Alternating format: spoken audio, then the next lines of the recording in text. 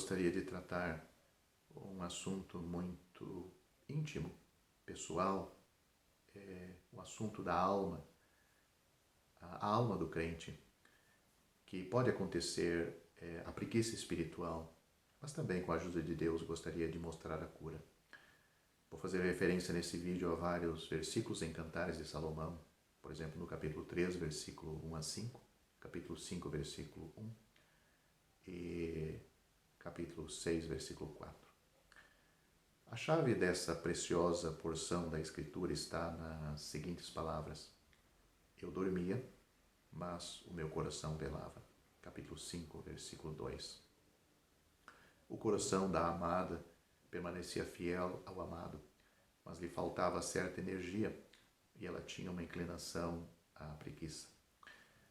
Por consequência, a amada tornou-se negligente em vigilância, caindo num estado de indolência. A prova disso está na comparação entre sua situação e a do amado. Note o capítulo 4, versículo 2 e 3. Enquanto a cabeça dele estava cheia de orvalho, você vai encontrar isso nesses versículos, e sua cabeça estava molhada das gotas da noite, ela descansava confortavelmente. A Bíblia está repleta de contraste deste tipo. Um exemplo disso é Pedro sentado tranquilamente junto à fogueira, esquentando-se com os inimigos de Cristo, enquanto seu Senhor e Mestre estava exposto às injúrias e aos ultrajes de seus perseguidores. Lucas capítulo 22, versículos 55 a 65. Tal estado de alma demonstra os resultados da influência mundana no coração do crente. Mas o Senhor não fica indiferente a isto. Ele ama tanto os seus que não permite que permaneçam nessas condições e se ocupa em acordá-los do sono. Isto é o que lemos neste parágrafo do Cântico de Cantares de Salomão. A amada notou que seu amado desejava estar perto dela. Eis a voz do meu amado, que está batendo. Abre-me, minha irmã, querida minha, pomba minha, imaculada minha, porque a minha cabeça está cheia de orvalho, os meus cabelos das gotas da noite. A expressão que o amado usou, os ternos nomes pelos quais chamou sua amada, certamente estavam destinados a despertar o amor no coração dela e provocar quão preciosa e provar e prova que quão preciosa ela era para ele. Demonstravam também que ela não o havia esquecido. Contudo, o motivo de sua linguagem originava-se no contraste que mencionamos. Ele estava velando fora da casa enquanto ela permanecia dentro, desfrutando do conforto. Como seria possível recusar um chamado tão carinhoso assim da parte do amado? Sua resposta revelou esse mistério.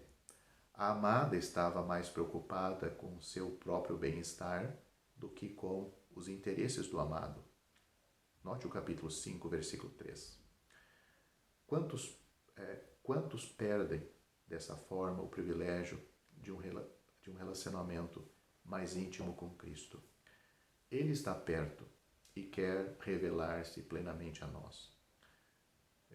Não ignoramos sua presença, mas nos distraímos com outras coisas, desviamos nossa atenção e perdemos assim o gozo da comunhão com Ele, a comunhão que Ele deseja ter conosco.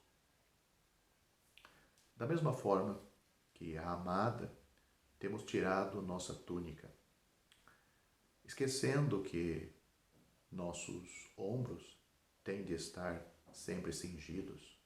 Lucas capítulo 12, versículo 35. E usando a linguagem do cântico, temos lavado nossos pés e não queremos que se sujem, pois somos muito preguiçosos para lavá-los de novo, mesmo quando o Senhor nos pede que abramos a porta. Todavia, o Senhor não se impõe àqueles que não estão dispostos a ouvir sua voz. Quando viu que a porta estava fechada, ele se foi. A amada reconheceu os esforços dele para entrar. Ela a chamou, tentou abrir a porta e meteu a mão, aliás, ele, neste caso, né? Ele a chamou, tentou abrir a porta e meteu a mão por uma fresta. Depois, finalmente, ela lhe respondeu. Seu coração se comoveu por ele. Sua preguiça desapareceu. Ela se levantou e foi abrir a porta para seu amado. Mas ele já tinha ido embora. Ela perdeu a oportunidade. Quando ele quis entrar, ela não se dispôs a abrir. E quando decidiu recebê-lo, o amado,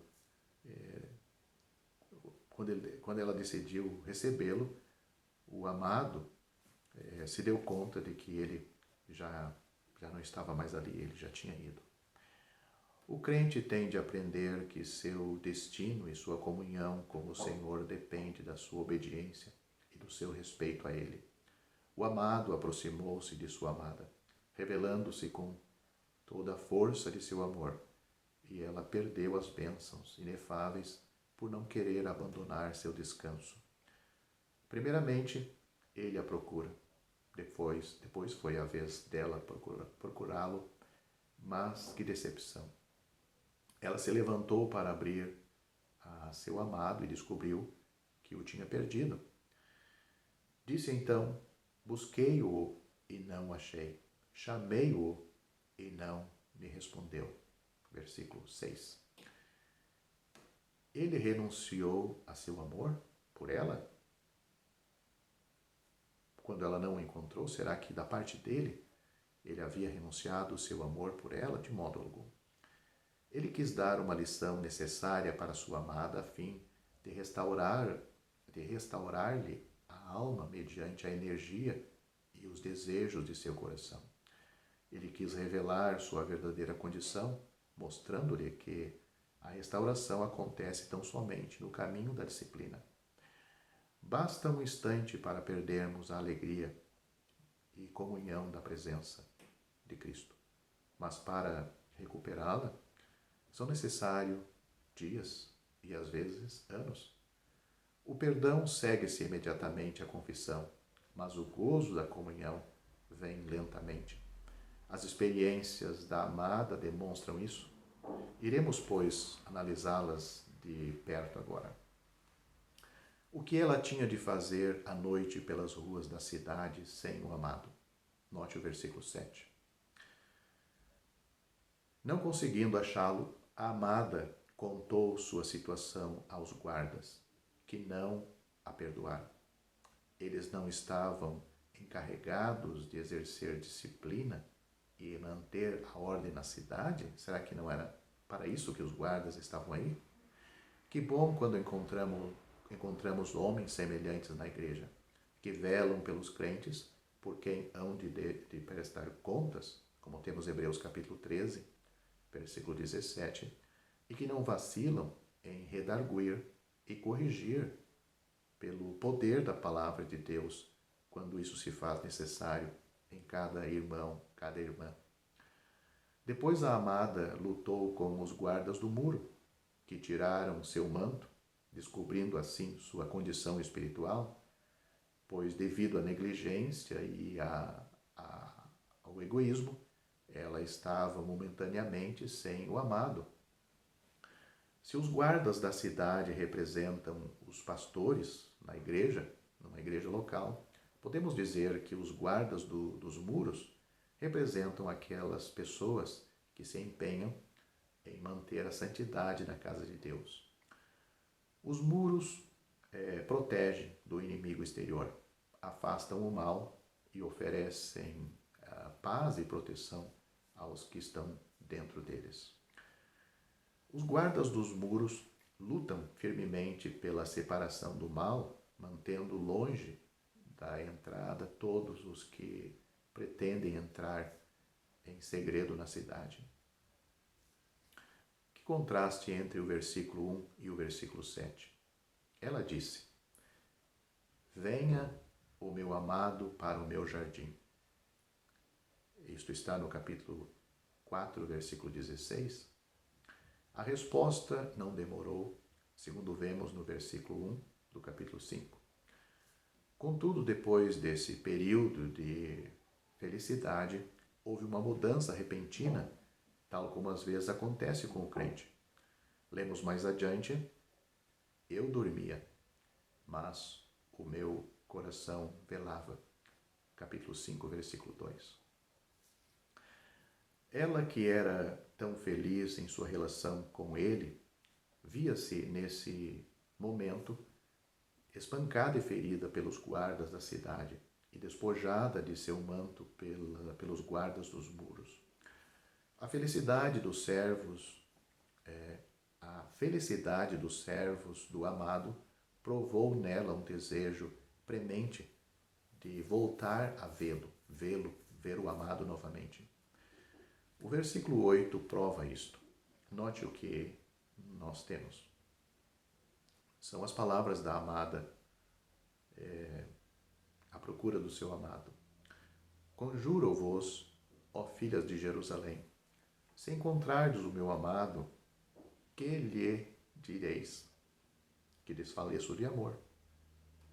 Essas são as palavras dela. É muito doloroso ver um crente que uma vez desfrutou da comunhão com o Senhor Jesus perguntar onde está seu Senhor aos que nunca conheceram tal intimidade. A amada tinha perdido tudo, tal como Maria, quando pensava que havia levado seu Senhor em João capítulo, Maria de Magdala, Maria Madalena, em João capítulo 20, versículo 15, e sem ele o mundo não era mais, sem ele para Maria Madalena, o mundo não era mais que um grande deserto para ela. As filhas de Jerusalém, voltando para Cantares, cujos olhos não estavam abertos para ver a beleza do amado, responderam: quem é o teu amado mais que outro amado? Por mais negligente que tivesse sido, tal pergunta manifestou a retidão do coração da amada. Seu amor avivou-se e ela se surpreendeu por não terem notado as admiráveis qualidades de seu amado. Então descreveu com ardor todas as belezas dele, detendo-se com prazer em cada característica e terminando com essas palavras: sim, ele é totalmente desejável. Versículo 16. Era um testemunho radiante acerca do amado, e o segredo estava em seu coração transbordante, como também temos no Salmo 45, versículo 1. Este também é o segredo para falar de Cristo. Em primeiro lugar, tenho de conhecê-lo, depois meu coração tem de estar tomado completamente por ele, sentindo seu amor, sua graça e perfeição. 3 pontos chamam a atenção aqui. O primeiro é a consequência do testemunho da amada. As filhas de Jerusalém também desejaram buscar o amado, assim como sucedeu com João Batista quando viu o Senhor Jesus e exclamou, admirado: eis o Cordeiro de Deus. João capítulo 1, versículo 29. E seus discípulos o deixaram para seguir a Jesus. Aquelas moças também se sentiram irresistivelmente atraídas pelo amado. Não há coisa que atrai mais as pessoas que o testemunho de um coração transbordando do poder do Espírito Santo pelo um crente que realmente ama o seu Senhor. Em segundo lugar, a restauração da amada foi completa. As perguntas das filhas de Jerusalém fizeram palpitar seu coração E enquanto falava das qualidades e virtudes do amado, uma obra nela foi feita. O seu amado reacendeu-se e ela descobriu em seguida onde poderia encontrar o objeto de sua afeição. Ela disse às companheiras: o meu amado desceu ao meu jardim, aos canteiros de bálsamo, para pastorear nos jardins e para colher os lírios. Suas dúvidas desapareceram e, com fidelidade, acrescentou: eu sou do meu amado e o meu amado é meu. Capítulo 6, versículos 2 e 3. Observemos atentamente como esse trabalho divino se realizou a partir do exato momento em que o cristão constata que está frio espiritualmente. Ele está se afastando, ou já até se afastou do Senhor. Ele não lê mais a sua Bíblia, não ora. As reuniões para ele não têm muito sentido. Sem vida, sem poder, deve ocupar-se com as diversas perfeições e múltiplas graças de Cristo que estão em sua palavra. Ele deve voltar, ler a palavra de Deus, primeiramente, e depois orar. E enquanto medita no que Cristo é para ele, falará aos outros da excelência desta pessoa. Então, experimentará um ardor em seu coração e se lembrará novamente de seu amado. O terceiro e último ponto é este. Imediatamente após a restauração da amada, o amado testificou quão preciosa ela era aos seus olhos e o quanto era estimada. Resumindo, a comunhão do amor segue-se a restauração da alma. Já estão disponíveis para leitura os comentários do Novo Testamento e do Antigo Testamento de João Nelson Darby. Estão nos formatos de livro, e-book, também aplicativo para o celular Android. Visite o nosso site www.palavrasdoevangelho.com.